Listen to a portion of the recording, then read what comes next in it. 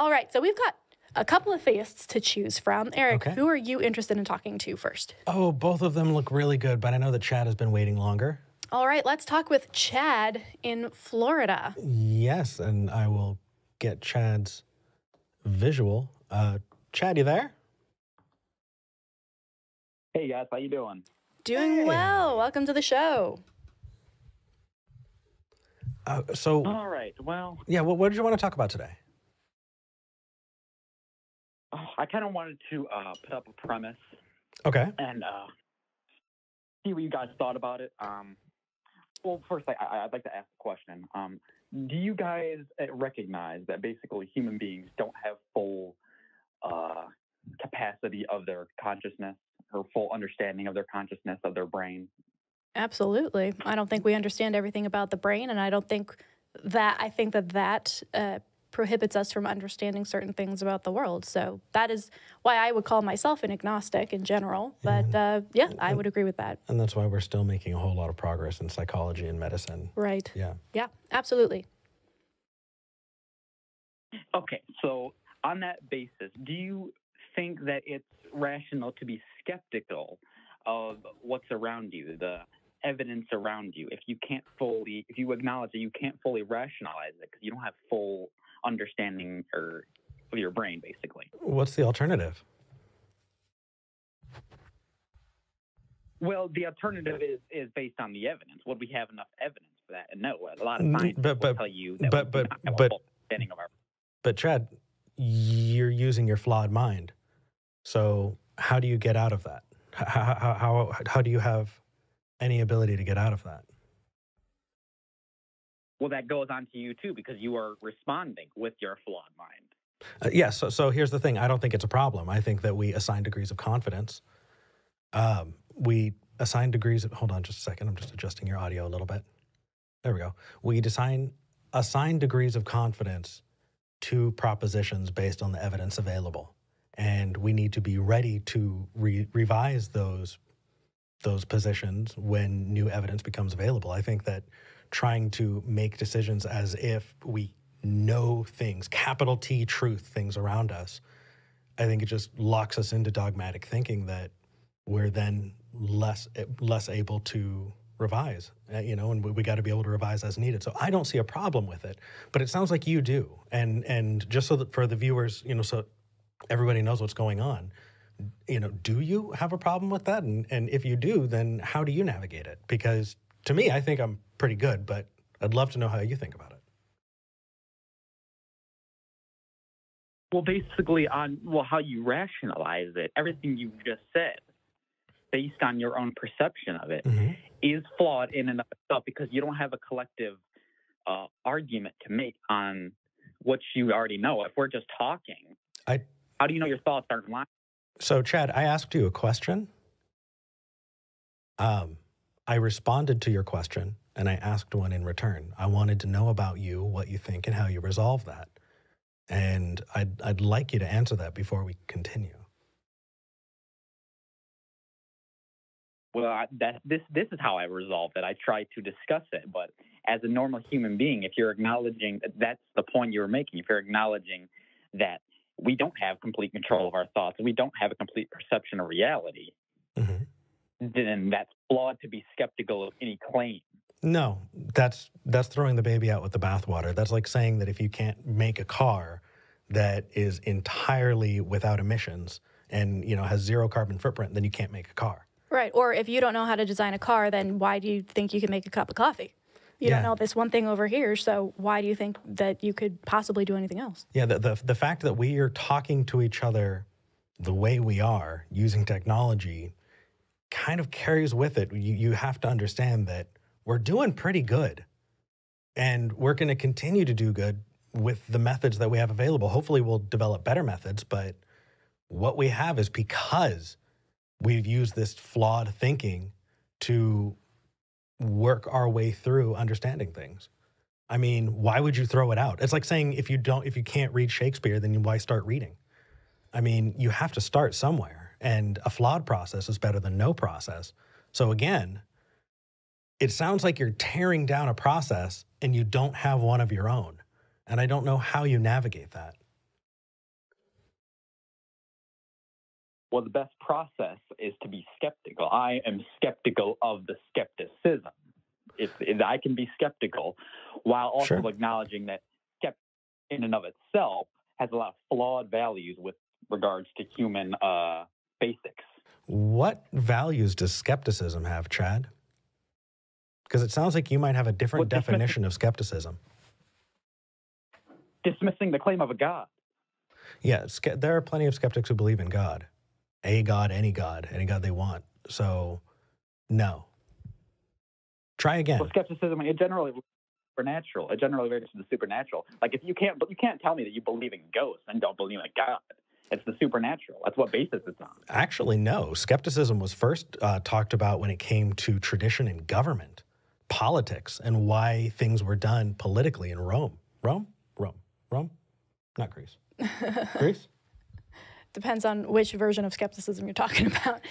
No, but here's, no, Chad, I get that there's like a movement online socially that call themselves skeptics who do skepticism, and it very much is centered around God beliefs. But if you think that those two are in any way inherently linked, I would encourage you to go look at, you know, where skepticism actually comes from and what it talks about. Because just because a couple people are using that as a label, including us, that doesn't mean that everything that we represent somehow falls under that label. Yeah. Right? Like attacking it as a value system definitely betrays that underlying assumption that we don't agree with. Mm-hmm.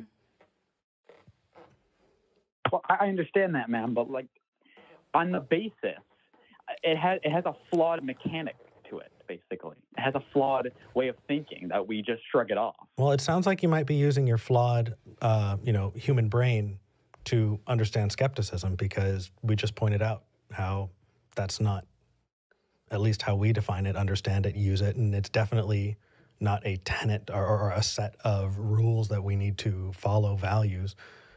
So maybe you can try again, because you're saying that we follow skepticism and there are value problems there. What values does skepticism have, Chad? Well, there's not just value problems. There's moral problems. Okay, skepticism is morally tough. Okay, so we'll get there, but I want you to answer so you said there are problems with values in skepticism, and I am asking you what those values are. Because if you can't name one, then you're just throwing shit at the wall, hoping nobody calls you on it. I just told you which one they were. They were moral values. Moral values. You know what moral values are? That's how we behave. Okay. Try again. How about name one? Chad, maybe I'm just not using my flawed brain well enough. Name a value that skepticism purports or requires of people who call themselves skeptics. Value of well-being and treating each other equal. Okay, skepticism. Yeah, so Chad, skepticism does not require that you value well-being. No, it does not. Did you know that? The thing about it is, skeptics, they shrug off Chad, religious people basically because they don't like religious people. They're like, oh yeah, I don't want to hear this religion. Chad. We're not shrugging you off. We don't dislike you because you're a theist. We don't dislike you if you're a religious person. If you've watched this show at all, you would know that, because we very, very much, the reason we started this show is to make sure that we're reaching across that aisle and finding common ground and having good conversations that make everyone feel better and think better. And we're trying to provide this as an example for people who are watching to Right. So I know it sounds like you had some scarring experiences with some assholes, okay? And we acknowledge that. That sucks. Yeah, you shouldn't have had to do that. And we try to call them out when we can. Right. But let's talk to us. We're not those people that you're talking about, so we can't really speak for them. Let's have a conversation between us, okay? Absolutely. I didn't insinuate that you were bad representations of skepticism. I just said the position that you cling to is morally corrupt. I didn't say you were morally corrupt. Well, so it sounds like we're trying to get away from the definition of skepticism here. You're using it. You're attacking it. We're in a completely different area now. And we just wanted to stop to provide that affirmation, and I'm glad that we did. Thank you. Chad, you had made a claim that there are values in skepticism that you disagree with or that you think are wrong. Can you name one of those values? You tried, you said that it was emphasis on well-being. And while I think that's fantastic, that's actually not part of skepticism. So I think you may need to revise your definition of skepticism to not include an emphasis on well-being. Then when I asked again, and I'm trying to recap because I'm actively listening to you, Chad. Then when I asked again, you started talking about how skeptics dismiss theists because they don't like them. And that's when we stopped to affirm to you that we think we could probably like you just fine. And we agreed that we're just going to talk to each other. And so I feel like we still haven't addressed what your problem is in skepticism that is in skepticism. So could you please, do you want to take that back and not say values? Maybe you want to talk about ethics or morals? So would you say that skepticism? Okay. I absolutely believe it's a value. Okay, so will you agree that saying that skepticism has any kind of values like that is not true? And then we can move to talking about ethical implications? No, it's true. It's true. Okay, so how is it? So how is it true? Traditional family values. Okay, where in skepticism does it talk about traditional family values, Chad? There's many, I said many skeptics tend to dismiss traditional values because they deem to be homophobic, like same-sex marriage, for instance. That while I totally get that that's a conversation you had, I don't think that blaming skepticism for it is going to get you anywhere. Right. You would probably object if I were to say, oh, theists are awful because of this random group of theists that said a thing once, so theism is wrong. Right? We're confusing the map for the plays. We're saying a couple people are saying a thing that you disagree with, and whether or not we agree with that is off the table for now, because that's a different conversation. You're saying that because a couple people, or even a lot of people in a group think a thing, then the method, like the entire worldview is fundamentally flawed, and that's not useful. That's not how we do things. Yeah, and for people who are watching, that's the fallacy of composition. The fallacy of composition is the assumption that what is true of a small portion of a thing is true for the whole. Well, still, it goes into my main point. Okay. You haven't acknowledged. I'm sorry, Chad? You haven't acknowledged my main point. So I'm trying to understand what you mean by skepticism, because if we can't even understand you on skepticism, I think your main point is going to be lost on us and everybody watching. And so I'm trying to help you get there so we can have this conversation. So what is skepticism? Atheist, skepticism. Okay. They're the exact same thing. No. They're the exact same thing. There are plenty of Christian skeptics. And there are plenty of non-skeptical atheists, let me tell you. Trust me, I wish it was that easy. How can you be a skeptic if you don't? How can you be a skeptic if you believe in the supernatural? So you got to ask them. Answer that question. No, so Chad, here's the thing. I think that what I would be doing is, I think you're asking me to paint a straw man. I've interacted with them, but I think that for me to try and represent their opinions to you would not be very charitable to them. So I would suggest that you interact with some of those people, but we're not them. We can tell you, though, that there are non-skeptical atheists, and we can also tell you that there are skeptic Christians. Because they tell us that. That's not a claim. That's not a valid claim. That's not a valid claim? In the goddamn country anymore. Okay. The rapid increase of homosexuality. Chad,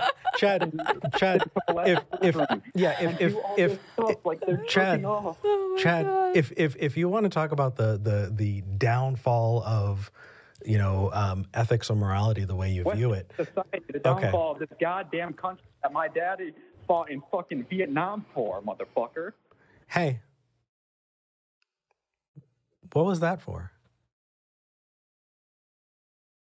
Well, you're mocking our traditional Western society that this country is Oh, built honey, on. Chad, we're mocking you, buddy. We're not mocking anything else. Yeah, You're just kind of funny. Yeah, if you go back and listen, yeah, if you go back and listen to this, pedophilia. Oh, it's the same dude.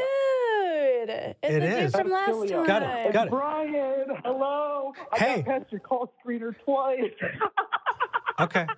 Get better call screener. Are you running away again? Did you run away again? You're still on the line. We didn't rush to hang up on you, but it shows you're still on the line. So that means that you must not know what to say. Oh, now you dropped. Oh, poor dude. Yeah, if you're going to go through that much work, buddy, like, we gave you the stage. Even when it turned out you lied to us, we gave you the stage. And you didn't know what to do with it. That's sad. I hope that you can work on these thoughts, these concepts, so that you can have these conversations with us and with others without chickening out and trying to blow shit up on your way out. Yeah. We're not going to rush to hide the fact that you're acting shitty. Everybody can see it. It's not like we need to hide it. Yeah, the thing you didn't think about is that the internet is kind of forever, so that's kind of just out there now. So I hope you're okay with that, and I hope your poor dad who fought in Vietnam for you is okay with that too. Yeah, hopefully you're using a pseudonym, and it's not really Chad or Brian. But oh God. Anyway. All right.